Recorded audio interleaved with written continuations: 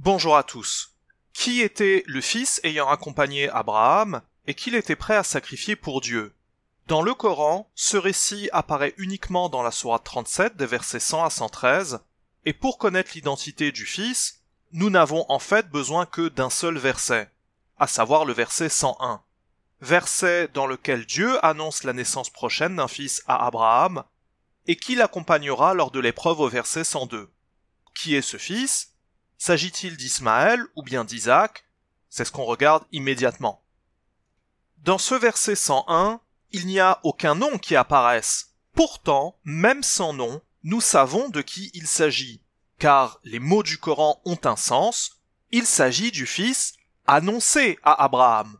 Or, si vous avez lu le Coran, alors vous avez lu 3 fois le récit des anges, annonçant à Abraham et à sa femme Sarah la future naissance d'Isaac.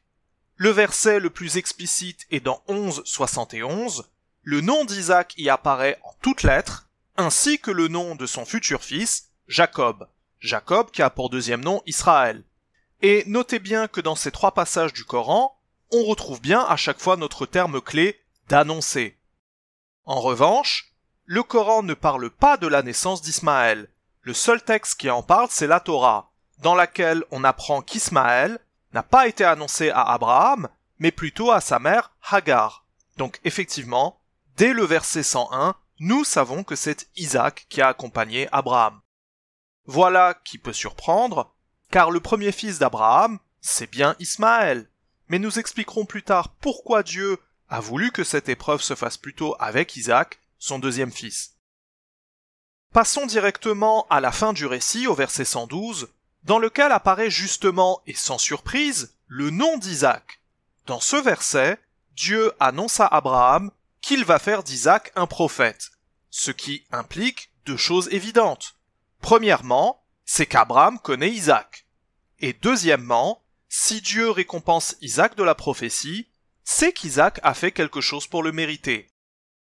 En l'occurrence, au verset 102, le Coran rapporte la réaction d'Isaac lorsque son père lui annonce que c'est en fait lui qui va être sacrifié. « Mon père, fais ce qui t'est ordonné, tu me trouveras si Dieu le veut, du nombre des endurants. » En d'autres termes, Isaac avait accepté de mourir pour satisfaire Dieu.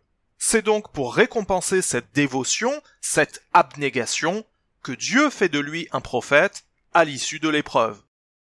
Mais il est intéressant ici de connaître l'interprétation tout à fait originale du sunnisme, puisque le sunnisme se permet de lire le verset 112 à moitié, ce qui va donc changer le sens du verset. Le sunnisme ne lit pas « Nous lui annonçâmes Isaac en prophète parmi les vertueux », le sunnisme lit seulement « Nous lui annonçâmes Isaac ». Or, en arabe, annoncer quelqu'un peut signifier annoncer sa future naissance, tel que nous l'avons d'ailleurs vu avec les anges invités d'Abraham, mais aussi au verset 101. Par conséquent, selon le sunnisme avec sa demi-lecture, si Dieu annonce la future naissance d'Isaac au verset 112, ça impliquerait immanquablement que le fils ayant accompagné Abraham au verset 102 était en fait Ismaël. Mais encore une fois, cette lecture n'est possible qu'en trichant, qu'en lisant le verset à moitié. Et parce que cette lecture est fallacieuse, elle provoque inévitablement des incohérences. Comme nous l'avions vu, l'annonce de la naissance d'Isaac a eu lieu lors de la visite des anges, et non pas à la fin de cette épreuve.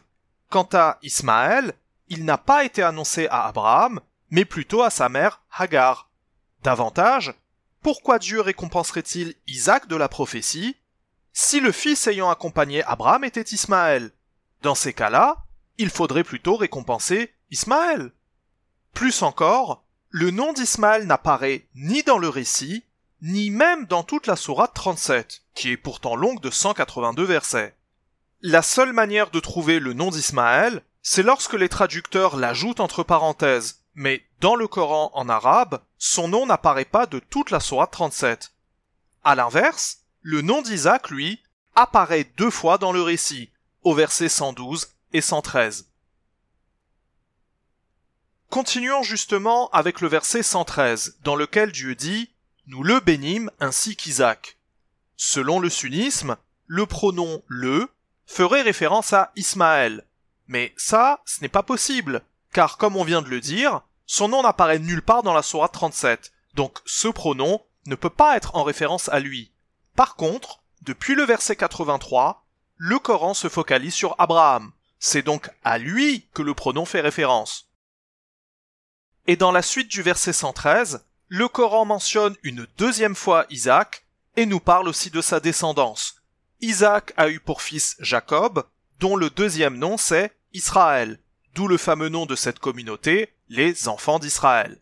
Et justement, au verset suivant, au verset 114, le Coran parle de la libération des enfants d'Israël d'Égypte par Moïse et Aaron, puis de la révélation de la Torah au Sinaï. L'enchaînement est donc limpide.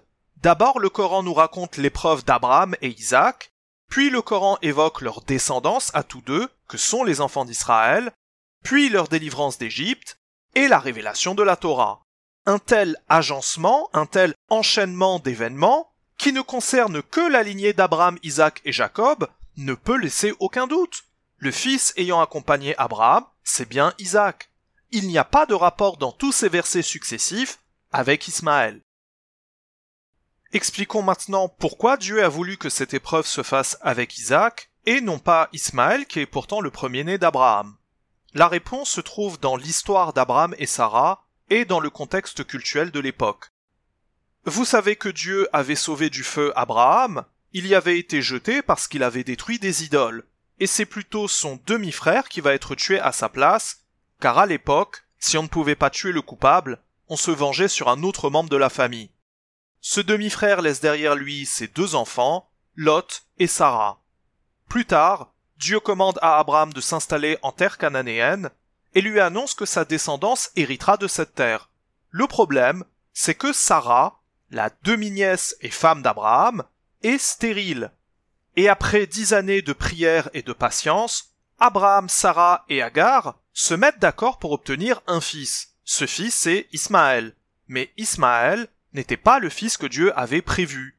Dieu voulait que ce fils héritier vienne de Sarah, pour la récompenser de sa fidélité, car Sarah avait eu foi en Dieu et en Abraham en tant que prophète, malgré toute l'ambiance polythéiste dans laquelle elle avait grandi. Et d'ailleurs, le père, ainsi que grand-père de Sarah et Lot, étaient eux-mêmes polythéistes. Voici deux passages du Coran qui rendent témoignage de la foi monothéiste de Sarah et Lot. Maintenant, pour comprendre l'épreuve d'Abraham, il faut savoir qu'à cette époque, l'humanité pratiquait les sacrifices humains, dont les sacrifices d'enfants, notamment chez les Cananéens, dans leur culte des dieux Baal et Astarté. Vous comprenez maintenant mieux la pertinence de cette épreuve, Dieu qui avait sauvé Abraham du feu, qui lui avait fait miraculeusement don d'Isaac, avec lequel il a fait alliance, promettant qu'il donnerait à sa descendance la terre de Canaan. Voilà que ce Dieu sauveur, bienveillant et plein de promesses, réclame, tout comme dans le culte des dieux Baal et Astarté, de lui sacrifier son fils.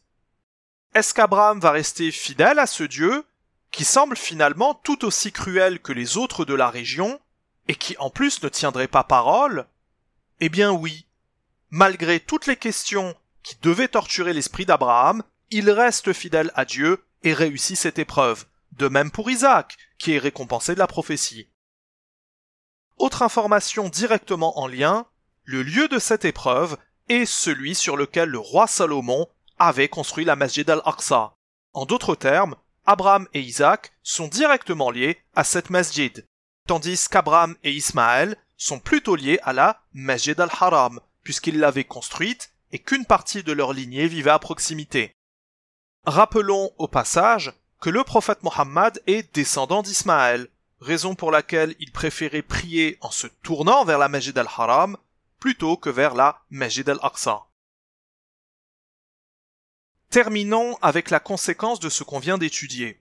C'est simple, tout ce qui est en rapport avec la Eid al-Kabir est faux, fête qui selon le sunnisme commémore l'épreuve d'Abraham et Ismaël.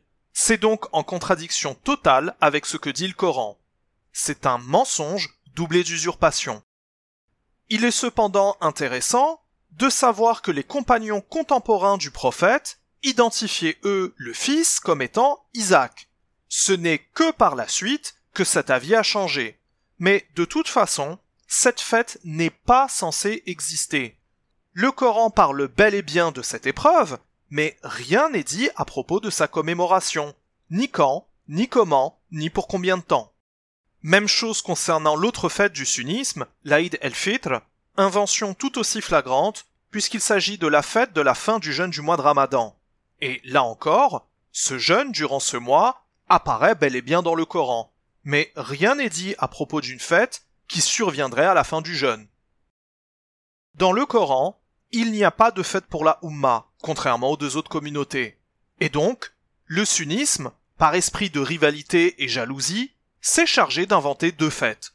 Exactement comme il s'est chargé d'inventer une longue liste de miracles aux prophètes, alors que dans le Coran, Dieu refuse de lui en accorder ne serait-ce qu'un seul. Voilà pour aujourd'hui. Merci de votre attention et à bientôt si Dieu nous l'accorde. Salam.